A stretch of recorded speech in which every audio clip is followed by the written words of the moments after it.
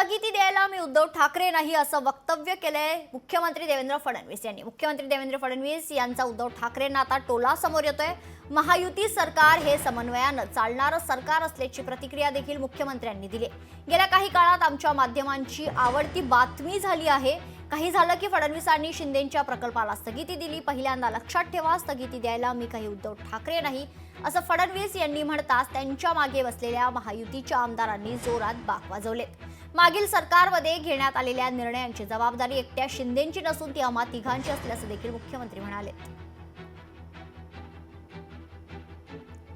काही झालं की फडणवीसांनी शिंदेंच्या प्रोजेक्टला स्थगिती दिली। एक पेड बातमी झालेली आहे।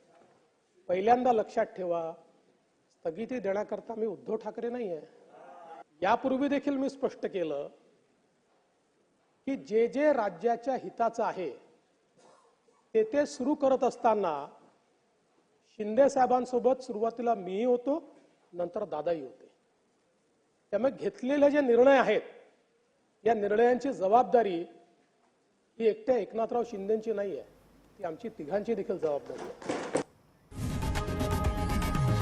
लोकशाही मराठी ऐका, पहा, जागरूक रहा।